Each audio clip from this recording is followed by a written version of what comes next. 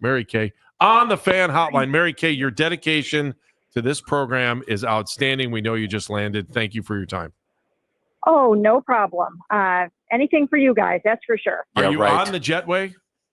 No, I'm in the concourse now. Oh, you're in the concourse. This is why you are a Hall of Famer. I just want you to know that. And a great leader. All right, as you set foot in Philadelphia, what are your expectations and thoughts for the next 2 days of practice compared to what we're going to see on Saturday? Well, what we're going to see over the next 2 days are a lot of the veterans going against the Philadelphia Eagles ones, and that's the whole key to these joint practices, is to see what Joe Flacco can do against this number one defense of the Eagles, to see what Jerry Jeudy and Cedric Tillman and David Njoku look like against this number one defense, against this pass rush, and against this great secondary. So really, that's what I'm most interested in seeing is how is this new offense going to perform against such a great defense, one that really helped them win the Super Bowl last year. Do you expect Kenny Pickett to take part in any of this, Mary Kay, or do you think he's still not good to go? He will take part in some of it. He will be in 7-on-7s and individual drills. He's not expected to be back in any 11-on-11s yet. That's what Kevin told us yesterday, so I will be surprised if that happens. So, I wrote a column yesterday saying that in my mind, that means to me that Joe Flacco really has a leg up in this competition, and he has the inside track to win it because Kenny hasn't had enough time on task with the first team offense. He practiced for 4 days. He's missed the last 8 practices of 11-on-11s, and he missed a whole week of just doing nothing. And so I just really don't know how he would come back now and win this thing and beat out Joe.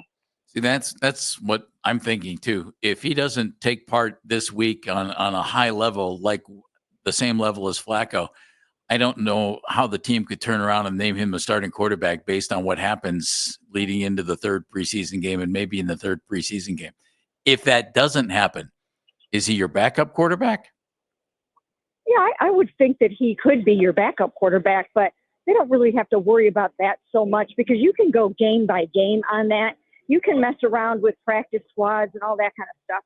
So they don't really have to worry about that. If he's 100% healthy and ready to go, and he has had enough time to be able to step in there and function effectively as the backup, then they can make him that, but they also don't have to. And I think that's another reason why they have been giving Dillon Gabriel plenty of work with the first team, because I think they're looking at him as a potential backup as well. And then also it gives you some options just in terms of, if someone comes calling for anyone. I still think all 4 will make the roster, but I think there's still plenty of time left to see how it all shakes out. Mary Kay, just give me the big picture on Shedeur. And now that we've had a couple days to think about it and just kind of let it sink in, I'm still impressed that with his poise from Friday. I'm still impressed with some things that I thought he needed to show, especially after dropping to the 5th round. Right? Give me the big picture on Shedeur right now. Well, Shedeur passed the test with flying colors. He did exactly what they hoped he would do. He went out and he functioned really well. The moment wasn't too big for him. He showed off his elite accuracy and his touch on the football. Those were 2 really great touchdown passes to Caden Davis. And, he drifted a few times and did a few things that he would like to have back, I'm sure.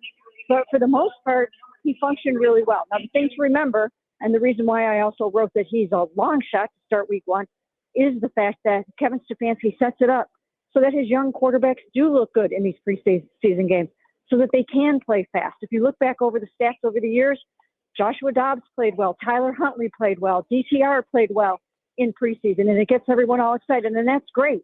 You want that. That's exactly what you hope for. But it doesn't mean that he's ready to start week 1. He still has a ways to go.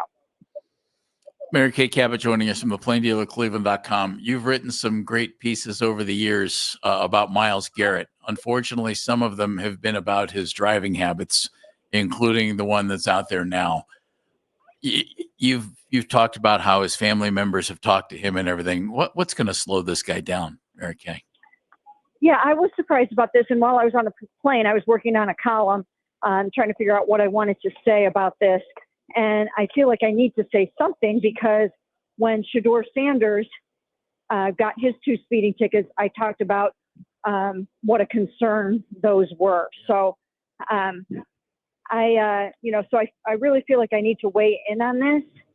And I don't know exactly, 100% where I'm going with it yet, but I do think that, this is not something that you want from your team leader just after Andrew Berry had said that, just how dangerous this is. He wasn't just talking to Shedeur. He was talking to the whole entire football team right. when he talked about how this is just not what they want from their team.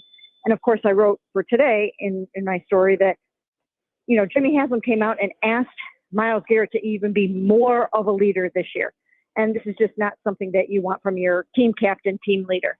Yeah, I can't get over the thought here of, you've got a rookie who did something that nobody wanted to see him do. And how can your captain do the same? Like, why wouldn't young guys are going to follow the leader on this thing? I know this is probably going to be a 1 or 2 day story, Mary Kay. I might linger a little bit, but it's not, the end all be all. But, can you, especially with the whole contract stuff in the offseason, whether that's business or not, it's a little difficult to look at him and say that guy's a captain. He's a great football player, best player on the team. But to say that he's a leader and a captain, what happened with him getting another speeding ticket does not bode well. Well, it's just not a good look right now. The Browns have other things that they are dealing with right now that have also not put the organization in a positive light. So what they need from their team leaders and their team captains, they need those guys to be making good headlines only.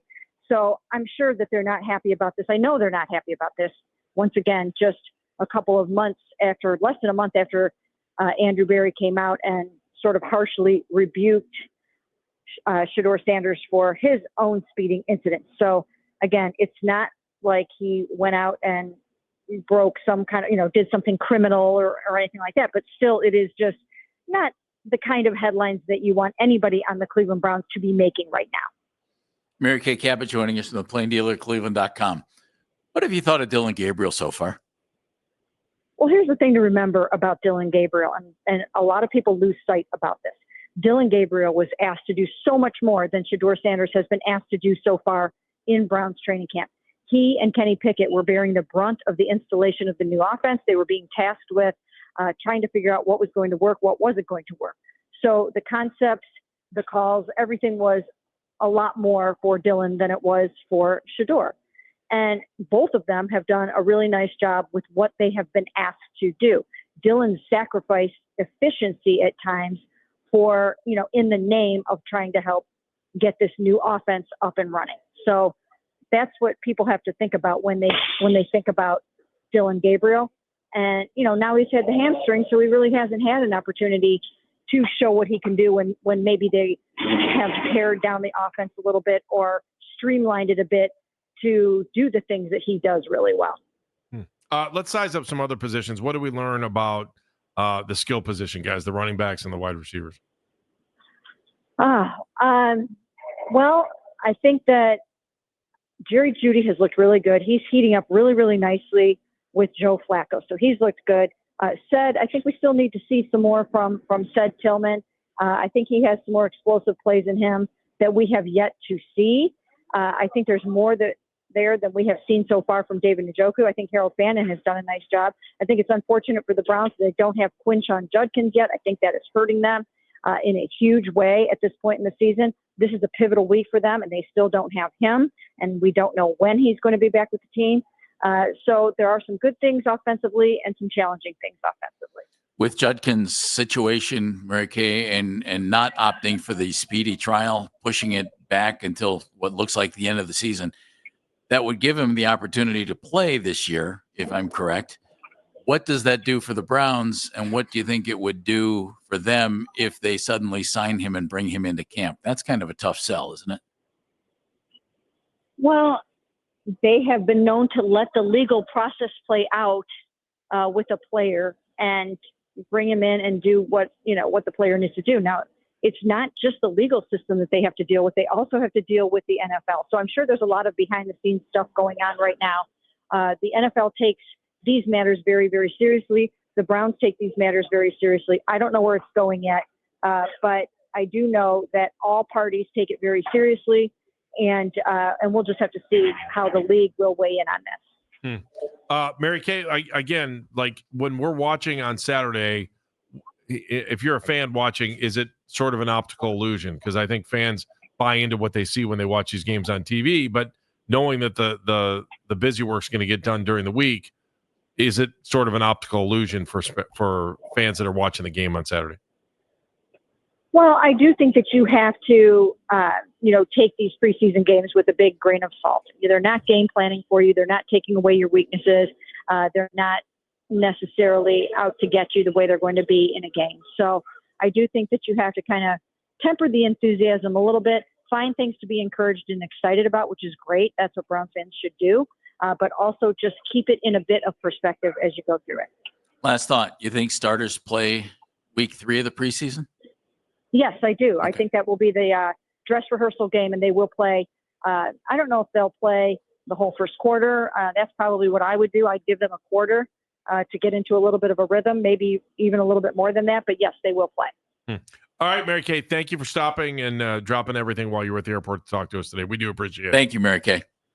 Thanks, guys. Take care. All right, we'll be reading your stuff too. Thank you, Mary Kay Cabot.